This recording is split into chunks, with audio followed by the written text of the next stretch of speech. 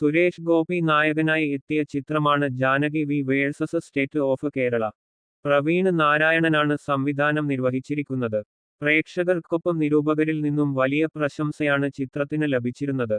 മലയാളി പ്രേക്ഷകർ എന്നും ഇഷ്ടപ്പെടുന്ന ആ ഫയർ ബ്രാൻഡ് സുരേഷ് ഗോപിയെ ആണ് ചിത്രത്തിലൂടെ അവതരിപ്പിച്ചിരിക്കുന്നത് എന്നാണ് പ്രേക്ഷകർ അഭിപ്രായപ്പെടുന്നത്.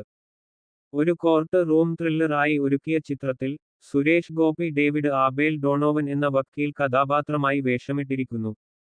തുടക്കം മുതൽ അവസാനം വരെ സുരേഷ് ഗോപി എന്ന നടന്റെയും താരത്തിന്റെയും തകർപ്പൻ പ്രകടനമാണ് ചിത്രം സമ്മാനിക്കുന്നത്. തീപ്പൊരി പാറുന്ന ഡയലോഗ് ഡെലിവറി കൊണ്ടും കിടിലൻ ആക്ഷൻ കൊണ്ടും ഗംഭീര അഭിനയ മുഹൂർത്തങ്ങൾ കൊണ്ടും സുരേഷ് ഗോപി കയ്യടി നേടുന്നു. ടൈറ്റിൽ കഥാപാത്രമായ ജാനകി ആയി തന്റെ കരിയറിലെ തന്നെ മികച്ച പ്രകടനമാണ് അനുപമ പരമേശ്വരൻ സമ്മാനിച്ചത്. അനുപമയുടെ അഭിനയ മുഹൂർത്തങ്ങൾ ചിത്രത്തിന്റെ ഹൈലൈറ്റ് ആയി മാറുന്നുണ്ട്.